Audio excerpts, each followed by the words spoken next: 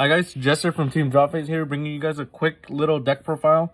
It's my second place Floowandereze deck that I got at an OTS championship store.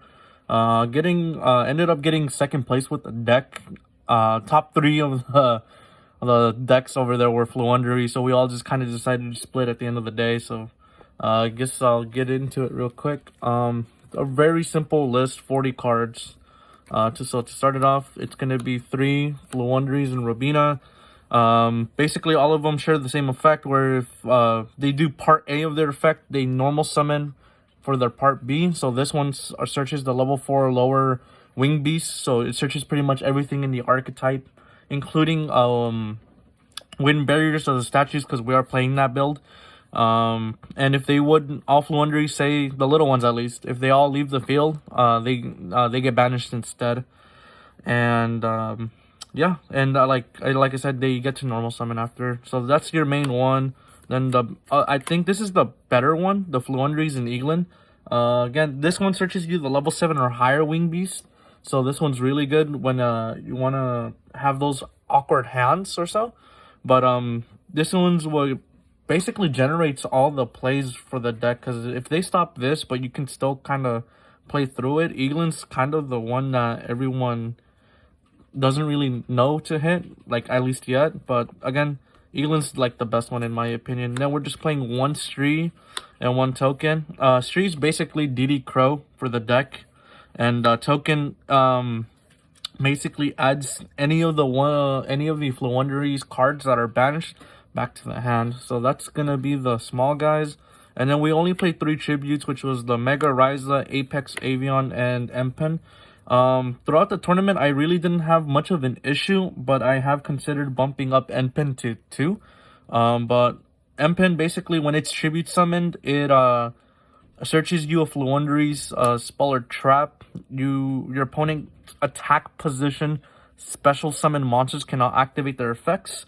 And when you resolve its effect, you basically generically normal summon any monster that you have in your hand. And if it battles, you basically banish a card in your hand, and the monster that it's battling is halved. Apex Avion, I'm pretty sure everyone's been seeing this a little bit more played now. It's literally just an Omni Negate, bounce back any Mist Valley card, including itself, to negate anything.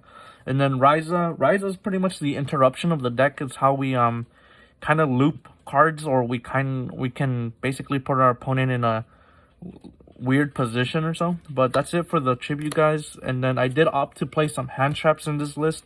So oh sorry, the last card is actually the wind barrier, like I mentioned. No dogmas or stuff. I was playing that build earlier, but I kind of didn't end up I just pulled it up because we're playing 3 dimension shifters. It's dimension shifter. This is like the first time I actually ever play a deck with this card, and I realized why it's really good, especially like if you're able to loop it with Mega Ryza. You infinitely make it so like you put your opponent under Macrocosmos. So a lot of decks can't really do full to this. They'll just pass their turn. Then just 3 Ash, generic hand trap, the best one in the game. Then this one's a kind of a weird one, Droll and Lockbird. I honestly think this card is so good in the format right now, just being able to stop like Tri-Brigade Lurlusk, where they just infinitely search with Cobalt Sparrow, their Bird Call, Nerval. It makes it so that they don't plus as hard, or they're gonna lose their advantage when they're doing it. Against Sword Souls, it's kind of weird against Sword Souls, but if you if they go Emergence into Moye and you draw them after, it makes Shizhao and Moye kind of like the worst ones they can have in the hand. But again, Droll's kind of is really good. And funny enough, I haven't seen Drytron in a while actually, but it's just generically good against Drytron. And then to get into the spells, I guess the power 1-ups, Floowandereze, and Unexplored Winds. This one's a really cool one. Basically, if you're gonna conduct a tribute summon that requires 2 monsters, you can use one card your opponent controls and just send any of the little guys that you have. And then it mulligans. The second part of the effect is like a mulligan, where you reveal up to 2, put them at the bottom, and then draw up to 2 for each wing beast that you pretty much revealed. So that one's really good. It's how we out some problem cards. Then a Call by the Grave, and then a Terraforming. We have multiple targets for this. This is just Call by the Grave because this deck really does kind of lose to Ash. So that's it for those spells. Then we opting the main 2 Book of Moons. I haven't really had any problem. I see a lot of people play 3. I think that's completely fine, and I actually might bump this up to 3, just because it acts kind of like another Call by the Grave. Until we get that new Floowandereze spell that kind of like acts as another Book of Moon. But I have had 2's fine. I haven't had much issue with 2. And then we are just playing triple pot of Extravagance along with triple pot of Duality. I think everyone's been playing this card in this deck. No complaints on this one.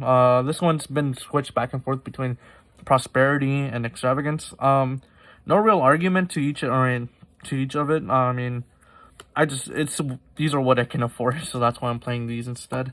Then after that, we're just playing triple of the Floowandereze field spell. This one's really good. You reveal it as it's not a cost to reveal, but you reveal any level 1 Floowandereze, banish any Floowandereze card from your deck, and then you immediately normal summon that one. And if your opponent ever normal summons for their turn, you normal summon through this card. So it's really nice. It helps it so we can play through like Ash or chain block with like Robina to Eaglin, or vice versa. And then this is a really funny one, Mystic Mine. I'm only playing the 1 just because like if I do open it against like, let's say for per se for like Shadal Invoked, they literally just fold to this card. You pretty much place this card on them. They'll just proceed to game 2 because they don't main back row hate, and that's why I'm playing it. I want to like basically punish punish players that don't main anything for game 1. So having this is basically an auto win against a lot of decks. And then for the traps, again, just the other hand traps, Infinite Impermanence, it's generic. And then the last 2 are the Dreaming Town. Dreaming Town's really nice. It's basically, it acts kind of like the field spell, where if you activate it during the main phase, you just normal summon on their turn. And if you conduct a tribute summon, you can banish this from the grave, and it Book of Moons your opponent's entire field. And then just an IO, because it went against like a lot of decks.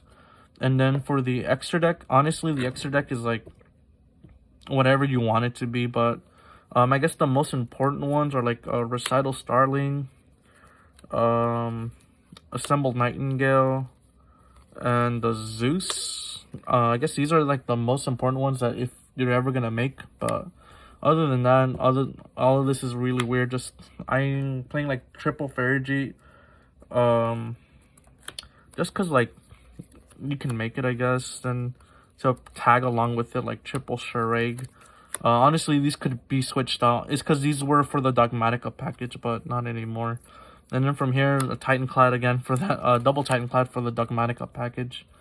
And then just other stuff like for Maximus targets, I guess, if we ever gotten into that.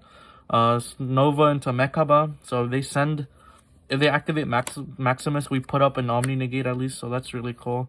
And then double Natis, because we were playing Dogma Punishment in the earlier build, but this is nice to have, I guess. And then the side deck was really weird, but it's what I played with. Dark Seymour. This is a really funny story. I actually didn't know that this got reprinted in the latest OTS pack. My buddy opened his entry, and then I looked at it, and then I thought, holy crap, this card is really good against like back row decks. So this deck really does kind of lose to back row decks unless we're able to go first, but that's just how Yu-Gi-Oh! Is sometimes. And then this is just a meme card, but it's been working really well, surprisingly. Ghost Ogre and Snow Rabbit. It hits the mirror match, so when they try to do the field spell effect, we do this, and it stops them. And then like your opponent has Shi Zhao and they activate the effect, you can just do this, but it's what it is. And then double effect Veiler.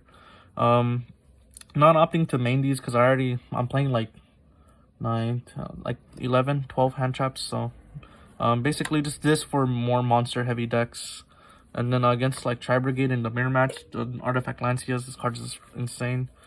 From there, we're playing double Dark Ruler No More. I probably will bump these up to 3, but at the tournament, I didn't really have much of an issue. These got sided in a lot.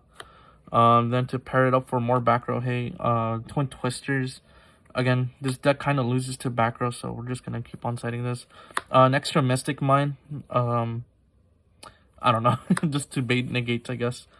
And then after that, I guess the last card is I am siding the Floowandereze on Scary Seas, the other trap card that they got. This one's really weird, but it's super good against the Tri-Brigade matchup because Warlord is the one that I think doesn't inherently summon itself. So if they do that, you do this, and now they can't really combo off later. So I actually cited this in a lot in my tournament. So it was 4 rounds. My first round was against a Sky Striker player, possibly the worst matchup for this deck, but I managed to persevere and took him to game 3. Then the round 2 was against a weird Ritual Blue Eyes deck, so that was kind of a free win. My third round was against the mirror match, which was not fun. It really reminds me of the Monarch mirror match. And then the last round was to a Tri-Brigade Lyrilisk player, and I forgot what happened, but I'm pretty sure we were both just hand trapping each other to hell. But the nice thing about the Floowandereze is that, like, if you have multiple of them banished, they just like start reoccurring themselves so much that like you're not gonna lose that advantage real quick. But thanks for guys for watching. If you guys had any questions or comments, just go ahead and leave a comment down. Make sure to like and subscribe, and I'll catch you guys later.